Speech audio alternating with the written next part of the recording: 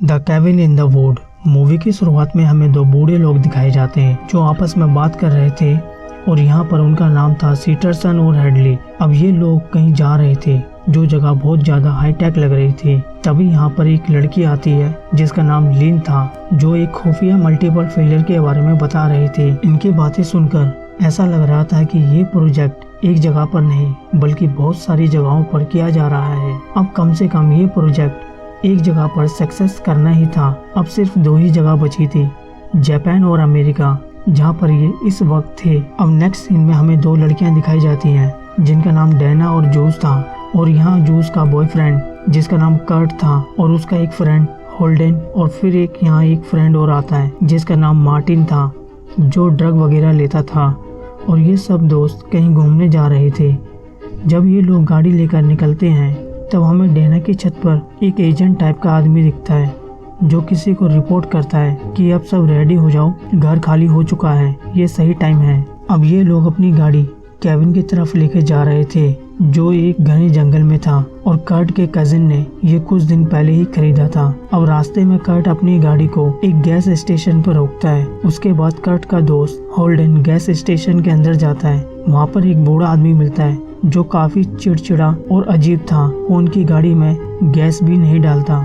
इसके बाद ये सब उस बूढ़े आदमी से पता पूछते हैं जहाँ ये लोग जाने वाले थे, पर ये आदमी इनको सीधे मुंह जवाब नहीं देता और ये सब वहाँ से निकल जाते हैं। अब जाने और आने का एक ही रास्ता था जो टनल के अंदर से था।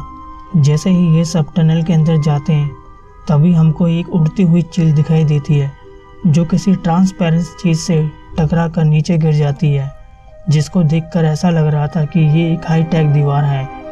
खैर ये सब केबिन में पहुंच जाते हैं। होल्डन को एक पेंटिंग दिखती है जो काफ़ी अजीब थी। अब होल्डन जैसे ही उस पेंटिंग को हटाता है तो वो देखता है कि वहाँ पर एक शीशा लगा हुआ है। अब होल्डन उस शीशे के आर पार सब कुछ देख सकता था। शीशे के दूसरी तरफ डैना खड़ी थी जिसे होल्डन देख पा रहा था, लेकिन डैना उसे देख नहीं पा रही थी। इसके बाद डैना के पास जाता है, उसे ये सब बताता है। इसके बाद ये दोनों अपना रूम चेंज कर लेते हैं फॉर प्राइवेसी रीजन। इसके बाद डैना उसी पेंटिंग को शीशे के आगे लगा देती है क्योंकि किसी को भी बिना कपड़े के देखना अच्छी बात नहीं है। अब ये पेंटिंग भी ऑड थी इसलिए वो कपड़े से ढक देती है। इस पूरे कैबिन में कैमरे और माइक लगे हुए थे जिनको वो दोनों बूढ़े आदमी सीटरसन और हेडली इन सबको मॉनिटर कर रहे थे जिन्हें हमने मूवी की शुरुआत में देखा था। अब वो उस जगह को कंट्रोल कर रहे थे। इन लोगों ने इस पूरी जगह को टेक्नोलॉजी से अपने कंट्रोल में कर रखा था। तभी वहाँ पर फोन बजता है। अब ये उसी गैस स्टेशन वाले का था जो उन्हें कह रहा था मैंने अपना काम कर दिया है। अब हम इस हाई टेक के बेस कैंप फ्रंट डिपार्टमेंट को देखते हैं जो आपस में वेट लगा रहे थे। वो लोग वेटिंग इस शर्त की लगाते हैं कि कौन सा मॉन्स्टर इन लोगों को मारेगा। अब वहीं दूसरी तरफ कैबिन में सभी ट्रू एंड डेयर गेम खेल रहे थे जहां मार्टिन डेयर देता है तुम्हें उस वोल्फ के साथ मेकआउट करना है क्योंकि सबसे ज़्यादा नोटी जूस थी। तो बिना किसी झिझक के इस डियर को एक्सेप्ट कर लेती है और वोल्फ के साथ मेकआउट करने लगती है। तभी अचानक से कैबिन के अंदर दरवाजा खुलता है जो किसी बेसमेंट का था। पहले तो काफ़ी डर जाते हैं।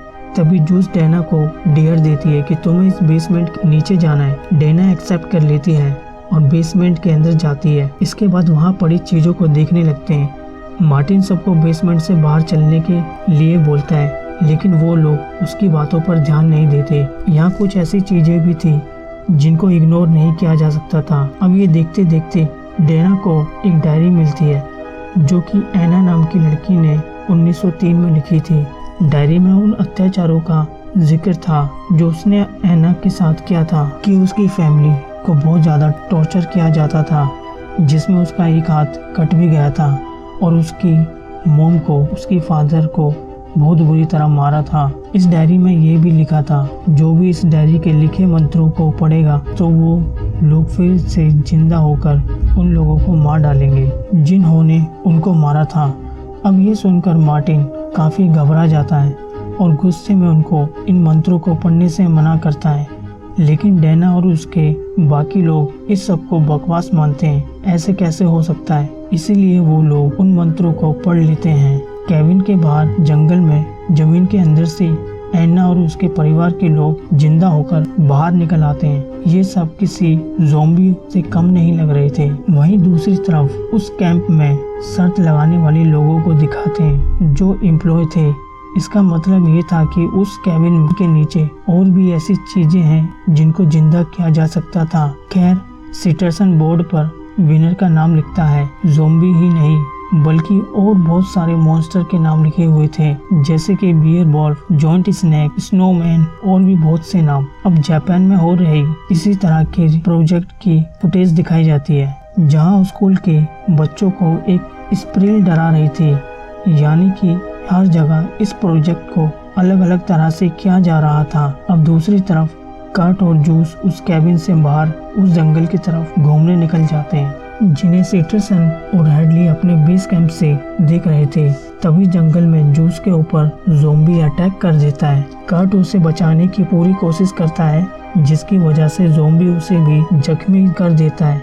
इसके बाद ज़ॉम्बी जूस को घसीट कर ले जाता है और उसे एक दर्दनाक मौत दे देता है, जिससे कि जूस का खून वहां से निकलकर एक ऐसी जगह पर जाता है जहां इंसानों की शेप में आउटलाइन बनी हुई थी, जहां उसका ब्लड पूरी तरह से भर जाता है। अब इधर कर्ट भागकर कैबिन में आता है और वो अपने दोस्तों को सब कुछ बताता है कि अभी अभी जंगल में उसके साथ क्या हुआ है और जूस भी मारी गई है। इसके बाद कर्ट सभी से कहता है कि हमें यहाँ से निकलना चाहिए। तभी अचानक से उनके गेट पर आवाज आती है, जिससे सुनकर कर्ट उसे खोलने के लिए मना करता है, लेकिन डैना उस गेट को खोल देती है। अब वो जैसे ही गेट खोलती है तो उनके सामने एक ज़ॉम्बी खड़ा हुआ था और उसके हाथ में जूस का कटा हुआ सर होता है। वो जूस का सर डैना के हाथों में फेंक देता है। इससे पहले ज़ॉम्बी इनको मारे वो किसी तरह दरवाजे को बंद कर देते हैं। इसके बाद कर्ट यहाँ से निकलने का प्लान बनाता है और कहता है कि अगर उनको बचना है तो घर की सारी खिड़की और दरवाजे को बंद करना होगा। इसके बाद सब एक साथ में खड़े रहेंगे। अब उस बेस कैंप में सीटरसन और हेडली उनका प्लान सुन लेते हैं और वो परेशान हो जाते हैं, क्योंकि उन्हें लग रहा था शायद ये सब प्लान से बच करते हैं। लेकिन हेडली वहां पर बटन दबाकर एक केमिकल गैस छोड़ देता है, जिससे कि कर्ट का मूड बदल जाता है और वो अपने प्लान को चेंज करके सबको अलग रहने के लिए बोलता है। इसके बाद सब अपने अपने रूम की तरफ भागने लगते हैं और उनके जाते ही डोर लॉक हो जाता है। अब मार्टिन को अपने रूम में कैमरा और वायर दिखाई देती है, जिससे उसको समझ आ जाता है कि पूरे कैबिन पर हर जगह से नजर रखी जा रही है और इसे टेक्निकल कंट्रोल किया जा रहा है। अब इसे देखकर वो परेशान हो जाता है, कुछ भी समझ नहीं आता। तभी एक ज़ॉम्बी उसको विंडो से बाहर खींच लेता है और उसे मार डालता है। इसके बाद मार्टिन के खून से एक और आउटलाइन भर जाती है।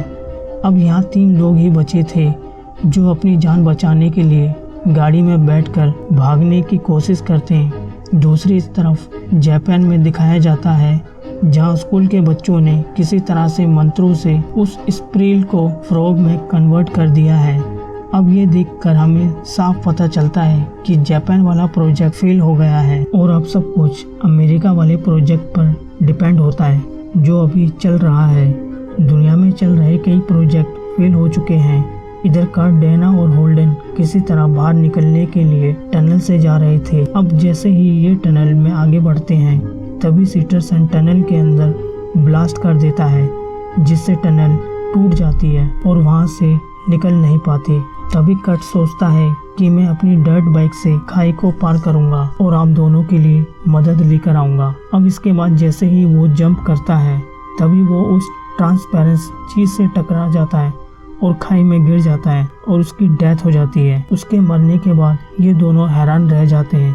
अब ये दोनों गाड़ी में बैठ जाते हैं और दूसरे रास्ते को ढूंढने निकल जाते हैं, लेकिन इनकी गाड़ी में एक ज़ॉम्बी बैठा हुआ था, जो कि होल्डन की गर्दन में एक रोड आर पार कर देता है, जिससे इनकी गाड़ी का बैलेंस खराब हो जाता है और वो एक झील में गिर जाती है। लेकिन डैना जैसे तैसे करके ज़ॉम्बी से बचकर बाहर आ जाती है। तभी वहाँ पर ज़ॉम्बी आकर उस पर अटैक कर देता है, उसे मारने वाला ही होता है। तभी पीछे से मार्टिन आ जाता है, जिसे देखकर हमें पता चलता है कि मार्टिन अभी तक जिंदा है और ये बात बेस कैंप वालों को भी नहीं पता होता। वो लोग पार्टी कर रहे थे, उन्हें लग रहा था सब लोग मर चुके हैं, बस डैना बची है जिसको कोई ना कोई मॉन्स्टर मार ही देगा। अब मार्टिन डैना को ज़ॉम्बी से बचाकर कैबिन में लेकर आता है जहाँ पर ज़ॉम्बी उसे लेकर गया था। मार्टिन बताता है कि मैंने ज़ॉम्बी के टुकड़े कर दिए थे, तब भी वो ज़ॉम्बी जिंदा है। इसके बाद मार्टिन डैना को सब कुछ बताता है कि इस पूरे एरिया को टेक्निकली कंट्रोल किया जा रहा है और उन सब पर नजर रखी जा रही थी और उन ज़ॉम्बी को लिफ्ट के जरिए ऊपर भेजा जा रहा था ताकि वो हमें मार सके। यानी कि ये सब गेम की तरह है जिसमें बकरा हम है और कसाई ये लोग। अब इनके बाद कोई रास्ता नहीं था तो ये दोनों लिफ्ट का यूज करके नीचे जाते हैं जहाँ पर ये बेस कैंप बना हुआ था। तब नीचे जाते हुए दोनों को अजीब अजीब तरह के मॉन्स्टर क्रिएचर दिखाई देते हैं जिसमें कुछ तो बहुत ज्यादा ही भयानक लग रहे थे और हर एक मॉन्स्टर उन सारी चीजों को रिप्रेजेंट कर रहे थे जो उस कैबिन के बेसमेंट में मौजूद थे। अब यहाँ अंडरग्राउंड में ऐसी चीजें भी थी जो प्रोजेक्ट का हिस्सा है। अब सीटरसन सिक्योरिटी को भेजता है, तभी दोनों उस गार्ड को मार देते हैं और लिफ्ट से बाहर आ जाते हैं। यहाँ ये अनाउंसमेंट सुनते हैं कि लोगों को बचाने के लिए उन्हें अपनी कुर्बानी देनी होगी। वो दोनों ये सुनकर बहुत ज़्यादा डर जाते हैं और एक कंट्रोल रूम में छिप जाते हैं। लेकिन अब ये जहाँ थे वो एक ग्लास एलिवेटर का कंट्रोल रूम था जहाँ से सारी लिफ्ट को कंट्रोल किया जा सकता था, जिसमें खतरनाक मॉन्स्टर को पकड़ कर रखा गया था। अब मार्टिन और डैना को पकड़ने के लिए बेस कैंप की पूरी फौज आ जाती है और डैना उनसे बचने के लिए बटन को दबा देती है। इससे वहाँ की सारी लिफ्ट के दरवाजे खुल जाते हैं और उसमें से बहुत सारे मॉन्स्टर निकलते हैं।